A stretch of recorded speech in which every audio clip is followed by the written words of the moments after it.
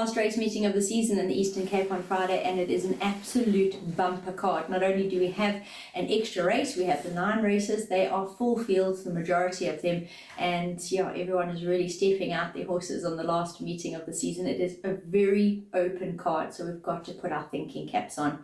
We start off in race 1 with a maiden juvenile plate over 1200 metres, and here it is a raider from the Glen Cotson yard that catches my eye in the way of number 1, Angry Warrior. He will be my first choice. I'm tipping him to beat number 2, Bold Captain, and number 10, VV Power. Now, Angry Warrior, if you have a look at the fact that in his both latest starts in the Western Cape, he's finished up in second. He's knocking at the door, and on strong maiden Cape form should be a huge contender here. Number 2, Bold Captain. His last run, don't be too quick to judge him by. I still think he did well to place. That day he tried Polly and he cut back and trip. It would have been way too fast and furious for him. And I think if you have a look more at his penultimate, which was over course and distance, where he rounded up in second behind Light of the Moon, that type of effort here is going to see him in the thick of things again. Number 10, VV Power, also a horse with excuses for his last. He tried the blinkers last time out, and already pacey, he did way too much with the scoops on and faded out late. I think with the scoops off again this afternoon, we will see more from him.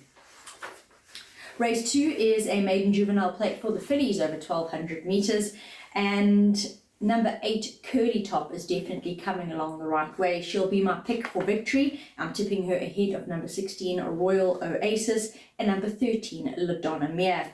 Now, Curly Top has had the 2 starts in the Eastern Cape so far and has run second in them both.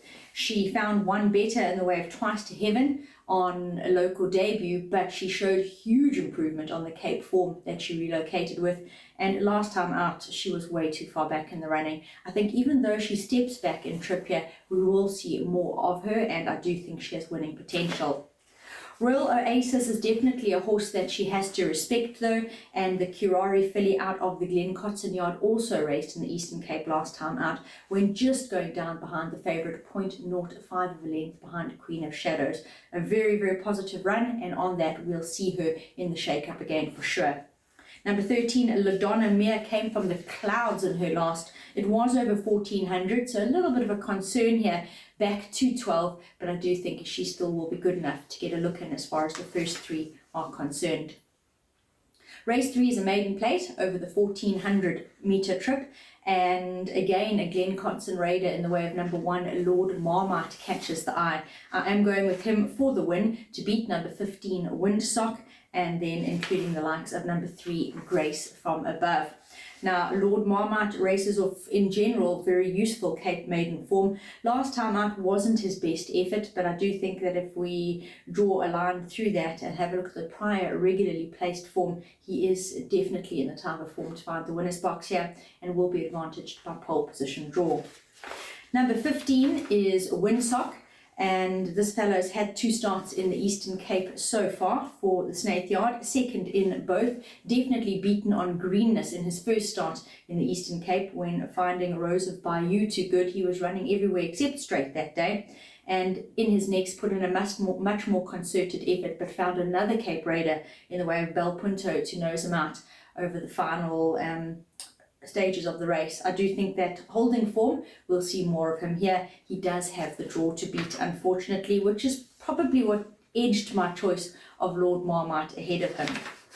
Number 3, Grace from Above, will be making his local debut for the Gavin Smith yard. He races off useful maiden Highveld form. He's overdue to leave the maidens, and I do think we should expect a very competitive run from him here. Race 4, and the race card really starts to open up here. I think this is a very open fillies and mares 62 handicap lineup. They are over the 1400 metre trip here, and it's really hard to pinpoint a horse that really stands out and grabs the attention here.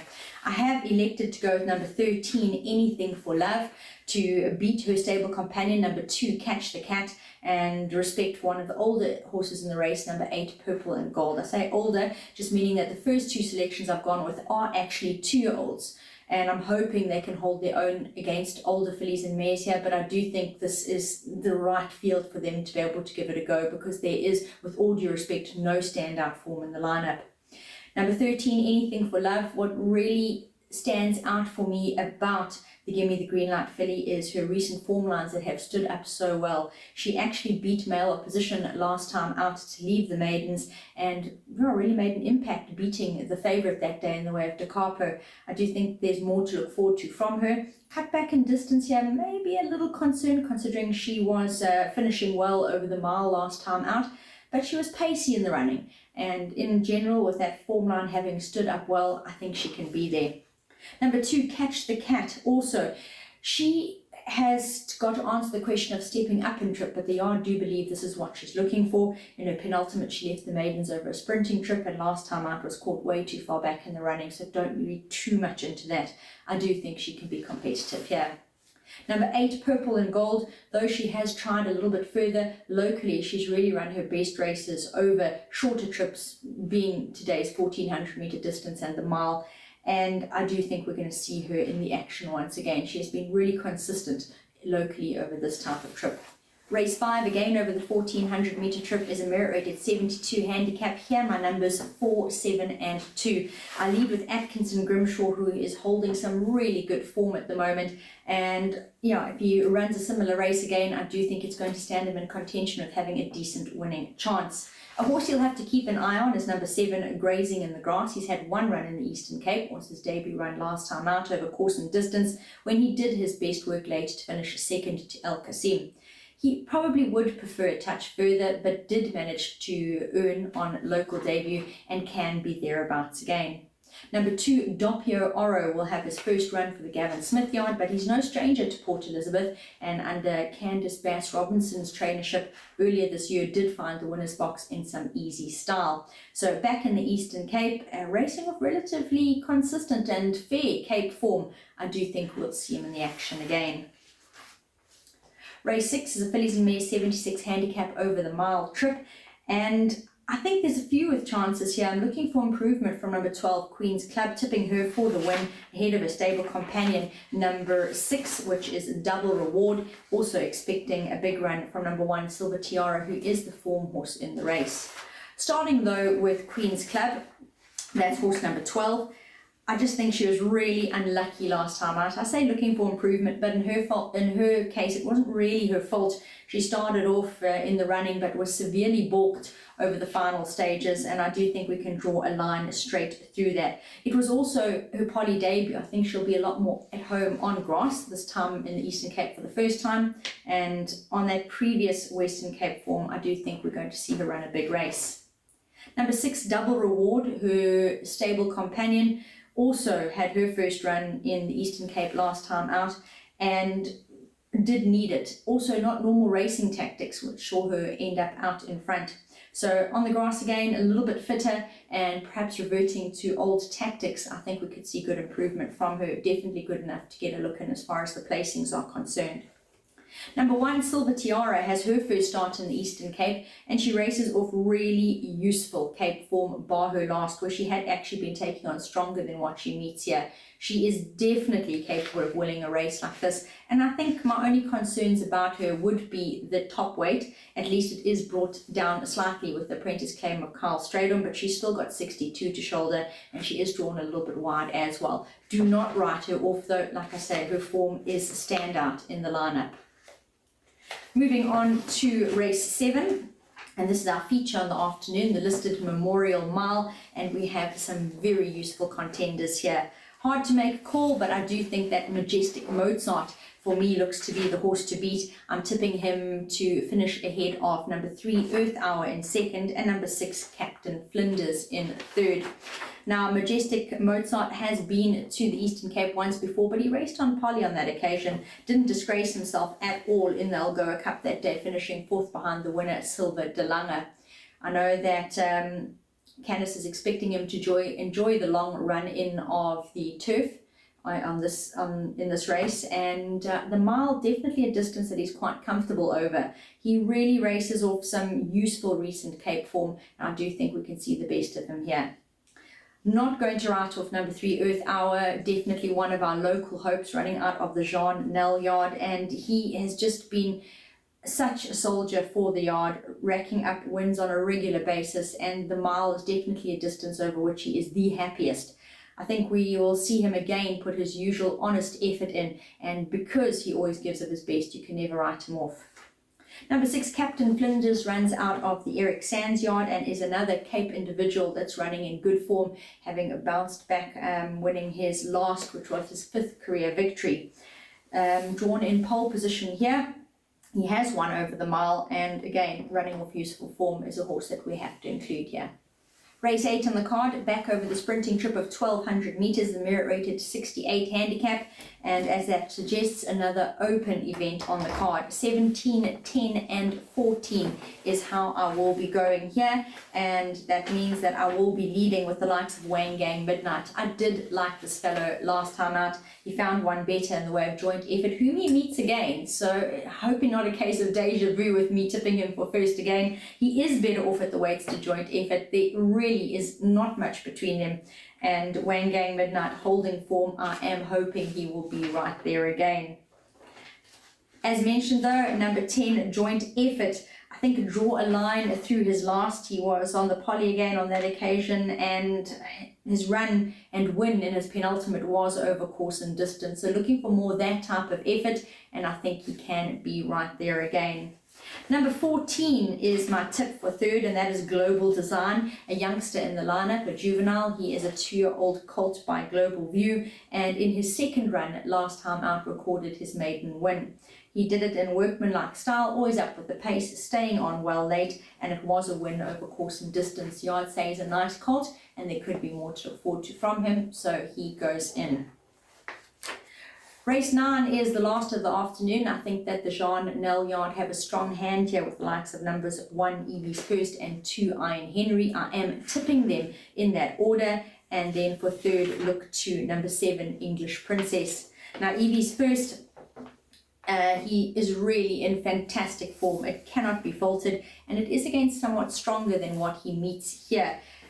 He does drop in class. As a result, he was carded as top weight, which has been brought down with the claim 2.5 of Yuse Ramzan, which will stand him in good stead. And I do think on that last run over track and trip, when finishing second behind a useful sprinter in the way of Stranger Danger, although he gives weight away to many in the field, he is the horse to beat.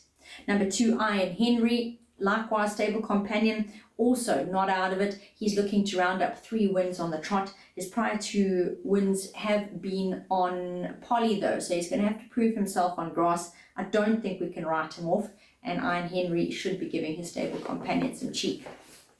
Number 7 is English Princess, and the Curari filly is in fair form. She won on local debut and beating After the Storm, just hit a little bit of a wobble in her post maiden, but last time out was right back with a huge run against much stronger Felice Mesa 86 company, finishing third behind Bad Habit. And I think that type of run is going to see her get involved here, so don't be leaving her out. We will kick off the PA in race 3 with there being 9 carded races in Port Elizabeth, and that is the Racing Association maiden plate over the 1400 metre trip, where I go in with the 2 selections, number 1 Lord Marmite and number 15 Windsock. I do think that these 2 should be involved in the shake-up.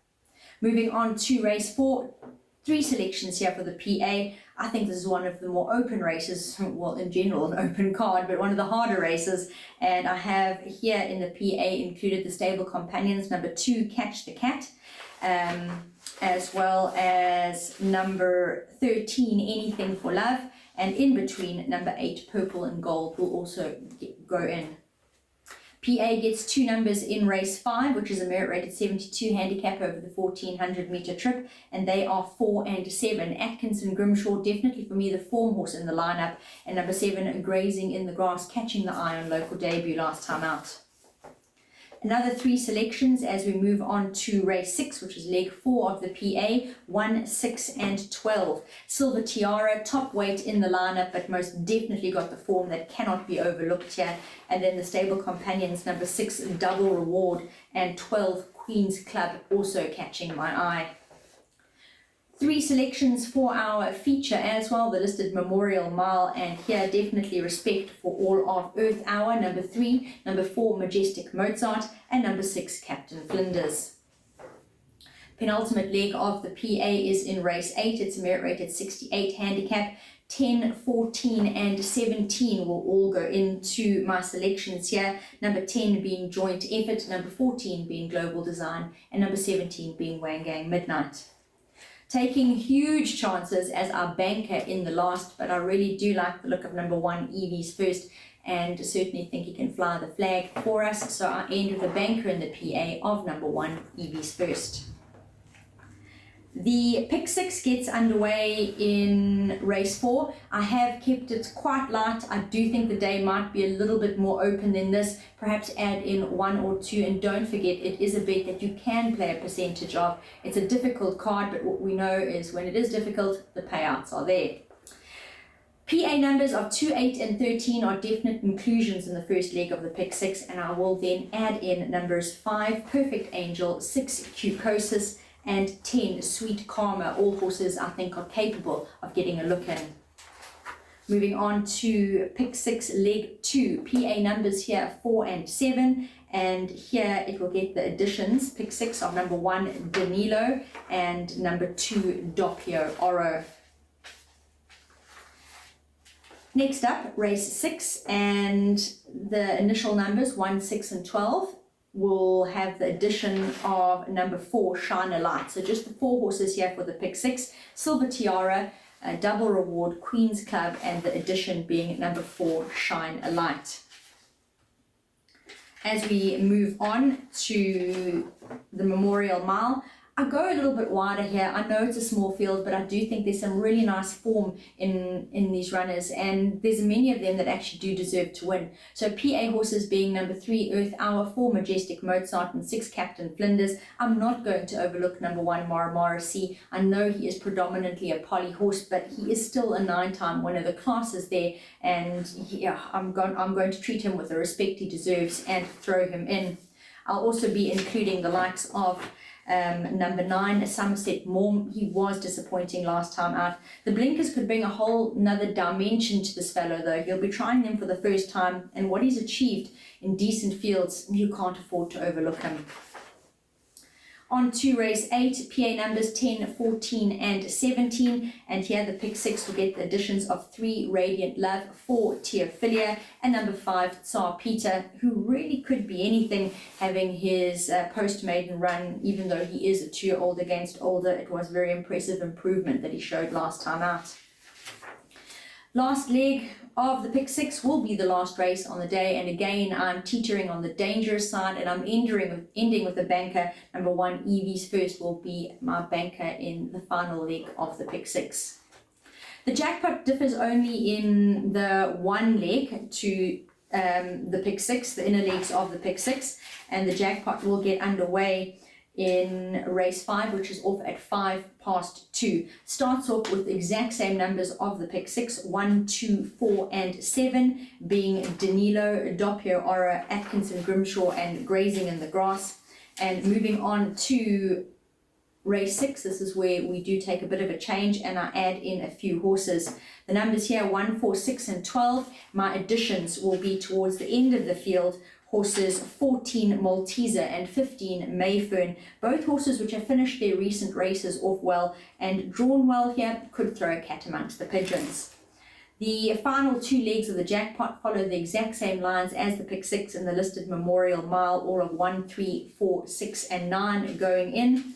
And in race 8, numbers 3, 4, 5, 10, 14 and 17.